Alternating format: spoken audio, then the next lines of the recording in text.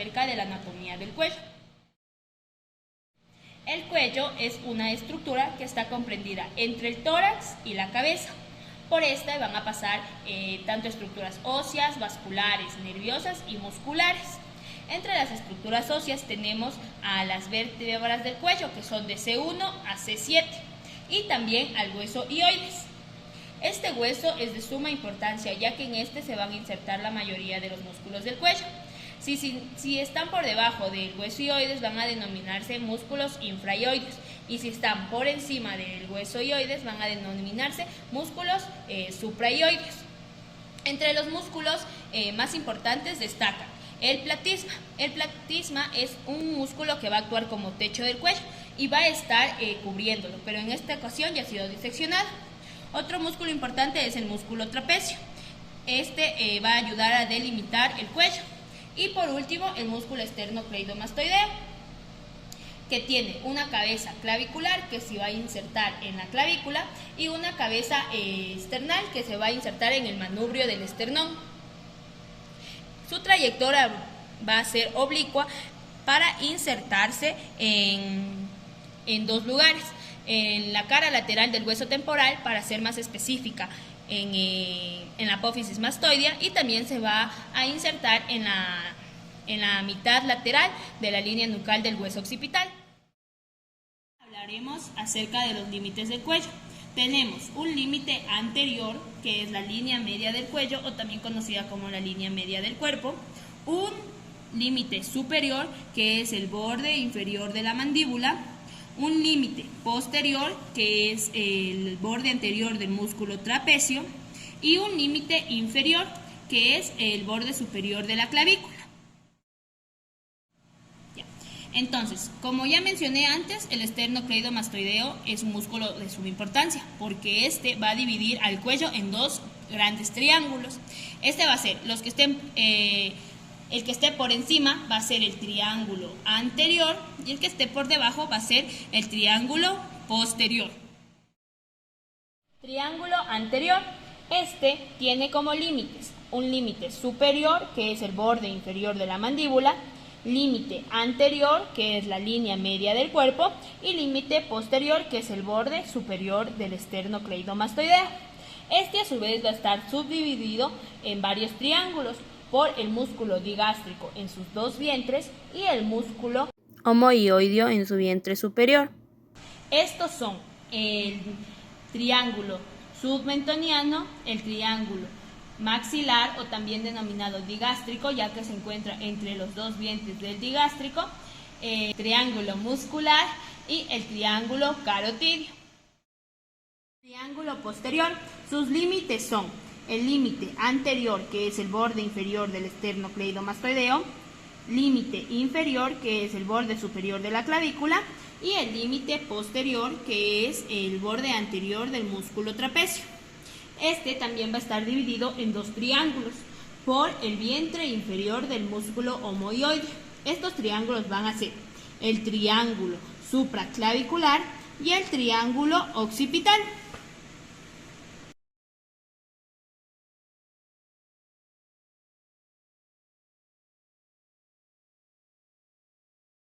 En el primer plano vamos a encontrar al músculo denominado esplenio. En sí nos dice que su origen va a provenir desde la vértebra cervical 7 y va a ascender hasta la línea nucal superior. En su inserción podemos decir que se va a encontrar insertado en el hueso occipital y en el hueso temporal. En el hueso temporal decimos que va a encontrar su inserción en la apófisis mastoide. Este músculo, al igual que la mayoría de los músculos que forman parte del cuello y de la nuca, va a tener acciones musculares como la extensión del cuello y de la cabeza, la flexión lateral del cuello y la cabeza. También vamos a tener a la rotación de la cabeza, que esto va a ser ipsilateral.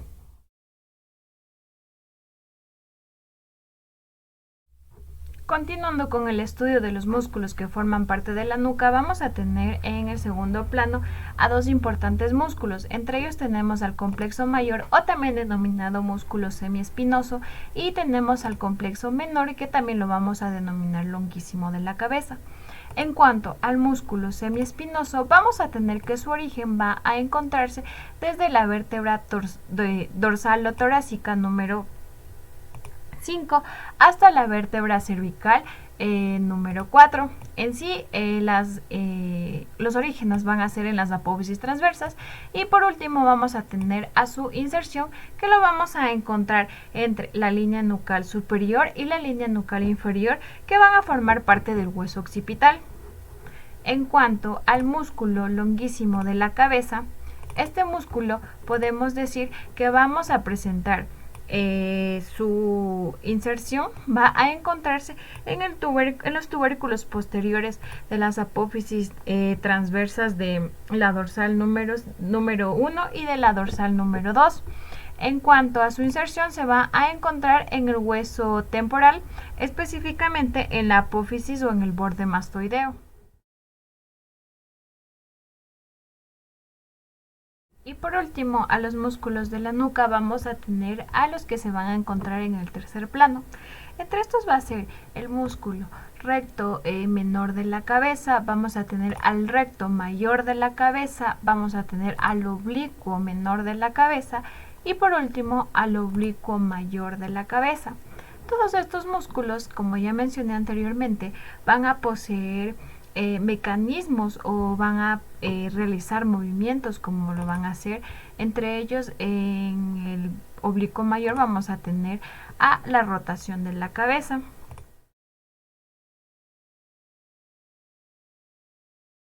Continuando con el estudio de los músculos que forman parte del cuello, vamos a estudiar a continuación a los músculos de la región lateral. Para su mejor estudio lo hemos dividido en músculos de una parte superficial y músculos de una parte profunda.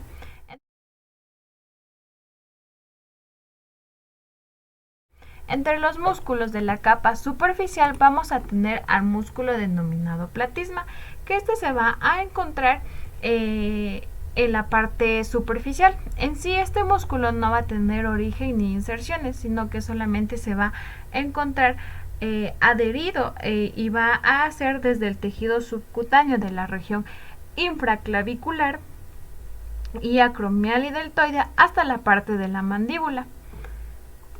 Como segundo músculo de estudio vamos a tener al músculo esternocleidomastoideo. Este músculo va a presentar un origen en el manubrio del esternón, que va a ser en principalmente en su cara superior, y vamos a tener también una inserción en el haz clavicular, que este va a encontrarse en el tercio medio de la clavícula. Como su inserción vamos a tener que se va a encontrar insertándose en la cara lateral de la apófisis mastoides, que es en el plano profundo. Vamos a encontrar al grupo de músculos denominados escalenos. Entre ellos vamos a tener al escaleno anterior, al escaleno medio y al escaleno posterior. En cuanto a su origen y a su inserción al músculo escaleno anterior, su inserción se va a encontrar a partir desde la vértebra cervical número 3 hasta la vértebra cervical número 7, y su inserción se va a encontrar en el tubérculo del isfra, que va a formar parte de la primera costilla. En cuanto al músculo escaleno medio, va a ir desde la vértebra cervical número 2 o también denominada axis, y vamos a presentar una inserción en la parte posterior de donde fue insertado el músculo escaleno anterior. Y por último, al músculo escaleno posterior, este va a presentar un origen desde la vértebra cervical número 5 o número 4, y se va a encontrar insertándose en la costilla número 2. A continuación vamos a describir músculos de la región yoide, y esta lo vamos a dividir en dos subregiones a través de una línea imaginaria horizontal a nivel del hueso yoides. Vamos a tener una región suprayoidea y una región infrayoidea. Bien. En la región suprayoidea vamos a tener músculos tanto superficiales como profundos. En cuanto a los músculos superficiales, son el músculo digástrico y el músculo estiloyoide. En cuanto a los músculos medio, en este caso es el miloyoideo, y vamos a tener a un uno profundo que va a ser el genioide. Eh, para hablar del lo de los músculos superficiales, vamos a hablar primero del músculo digástrico. Como su nombre lo indica, va a tener dos vientres digástricos. El primer vientre, que es el vientre posterior, se va a originar de la apófisis mastoide del hueso temporal, y el vientre anterior, este se va a originar de la fosa digástrica de la cara posterior del hueso mandibular.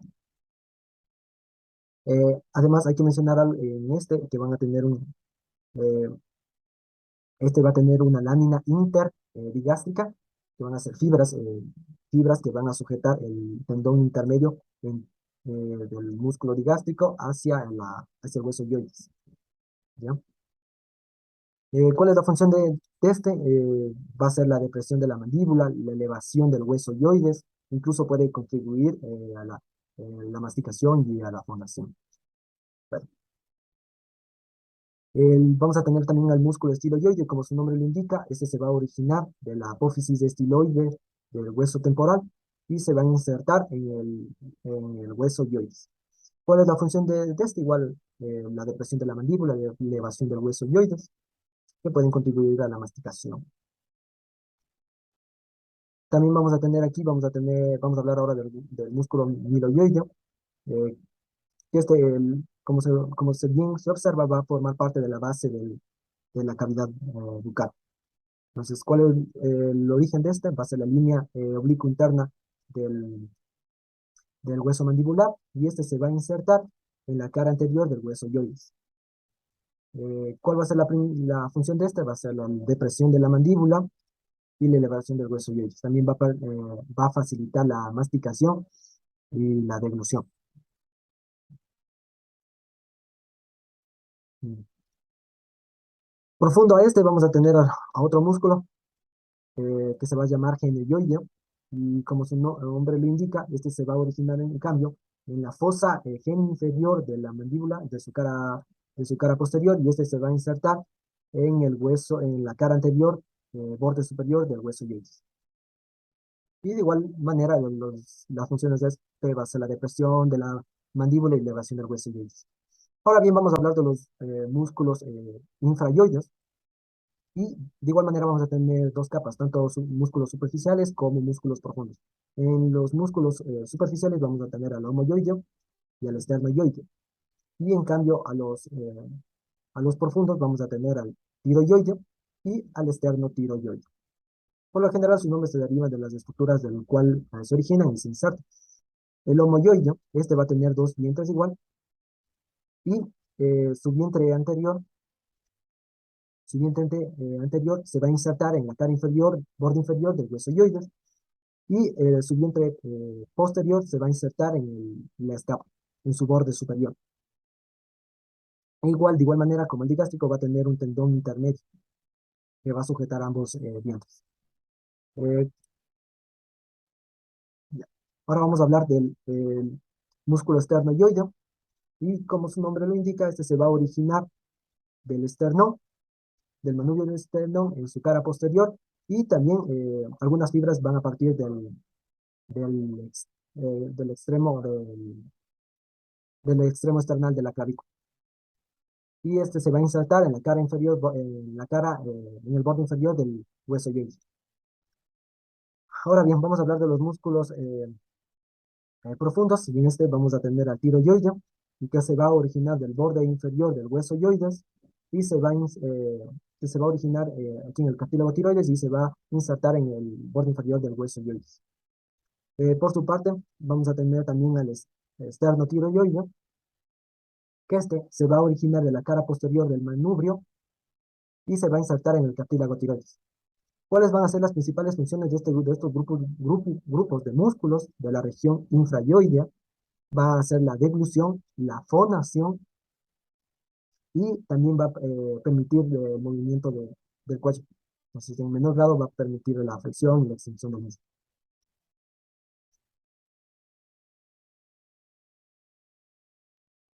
A continuación, yo les hablaré acerca de la vascularización del cuello.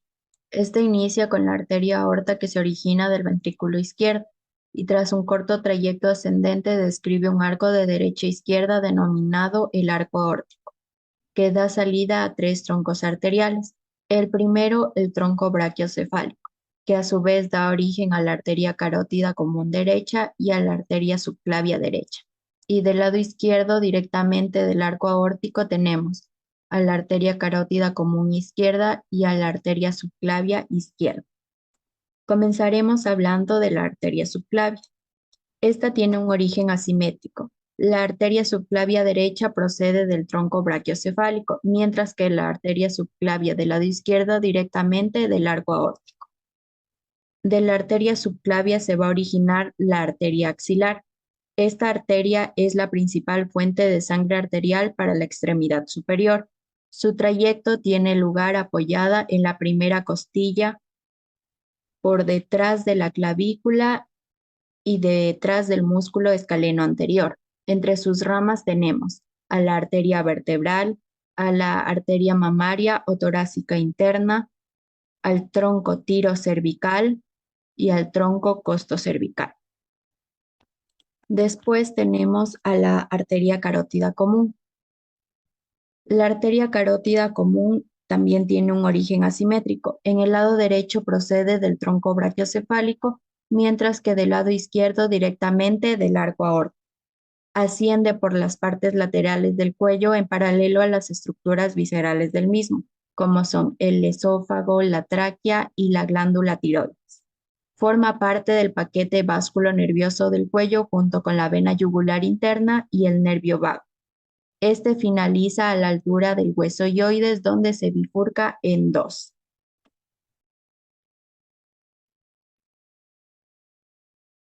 En la arteria carótida externa y la arteria carótida interna. Vamos a comenzar hablando de la arteria carótida externa. Esta es la principal arteria de aporte para las estructuras de la cara, el cuero cabelludo y el cuello, por lo que emite ramas colaterales y terminales para estas regiones. En su origen ocupa una posición medial a la arteria carótida interna.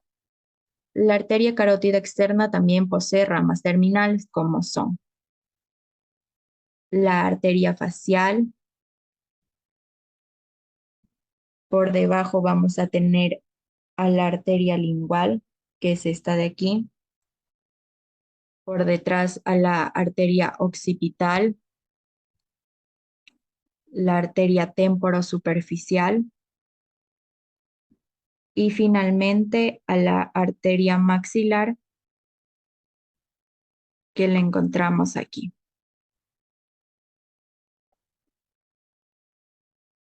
En cuanto a la arteria carótida interna, esta irriga el globo ocular y el encéfalo y se origina de la carótida común al mismo nivel que la carótida externa. Con esto finalizamos lo que es la irrigación del cuello. En cuanto al drenaje venoso del cuello, la circulación de retorno tanto de la cabeza y del cuello finaliza en dos grandes venas, que está formada por la unión de las venas yugulares internas, vena yugular interna del lado derecho y vena yugular interna del lado izquierdo,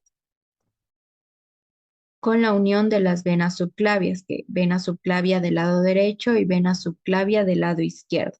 Son las denominadas venas brachiocefálicas, vena brachiocefálica del lado izquierdo y vena brachiocefálica del lado derecho. La unión de estas venas va a originar la vena cava superior, que finaliza en la aurícula derecha. Los principales afluentes venosos de las venas brachiocefálicas son vena yugular interna, vena yugular externa, vena yugular anterior, vena yugular posterior, venas tiroideas inferiores y venas subclavias. Comenzaremos con la vena yugular interna. Esta se origina en el cráneo por la confluencia de los senos venosos de la dura madre, que recibe el drenaje venoso del encéfalo y de la órbita.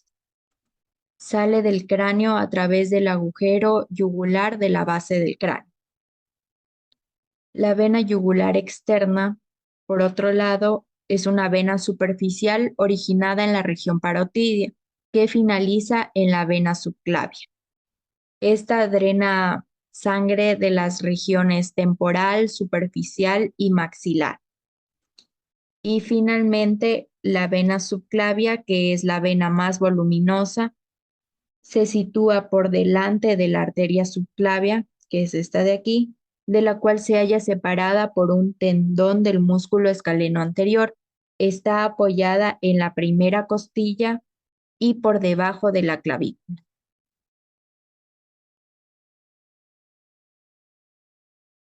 La inervación del cuello va a estar dada por el plexo cervical y los pares craneales. El plexo cervical se forma por el C1, C2, C3 y la C4. Esta se va a dividir en una superficial que va a ser sensitiva y en una profunda que va a ser motora. La superficial va a tener de la C2 y de la C3 al nervio occipital menor, al nervio auricular mayor, la cual va a irse a las estructuras de la apófisis mastoides, a la glándula paroidea y a la oreja. También vamos a encontrar al nervio cervical transverso, cuya inervación va a ser la parte lateral del cuello. Y de la C3 y de la C4 va a formar al nervio supraclavicular, la cual va a irse al músculo pectoral en su parte superior. El plexo cervical profundo va a estar dado por la asa cervical de la C1, C2 y de la C3. Esta va a formar una raíz o una rama superior que va a descender junto con el nervio hipogloso, y una rama inferior cuya inervación va a ser a los músculos inferiores, excepto al tiroideo. De la rama superior y de la rama inferior del asa cervical van a salir ramas musculares, como tenemos aquí a la rama para el esternotiroideo, para el esternoioideo, rama para el homoioideo, vientre superior.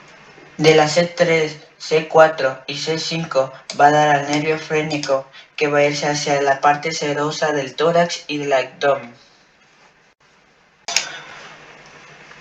Los pares craneales pertenecen al sistema nervioso periférico y su origen viene del bulbo raquídeo. El noveno par craneal, o también llamado glosofaringeo, va a dar ramas faringeas, amígdala y lingual, y también la carótida. El décimo par craneal, conocido como neumogástrico o vago, es el más importante, y aquí inerva las estructuras del cuello, abdomen y el tórax. Va a dar una rama cardíaca cervical inferior, una rama cardíaca cervical superior y una rama recurrente laringea. Al onceavo par craneal, o también conocido como espinal o accesorio, este va a inervar a las estructuras del músculo esternocleidomastoideo y el trapecio. El doceavo par craneal, o también conocido como hipogloso, va a dar ramas intrínsecas de la lengua y extrínsecas de la lengua.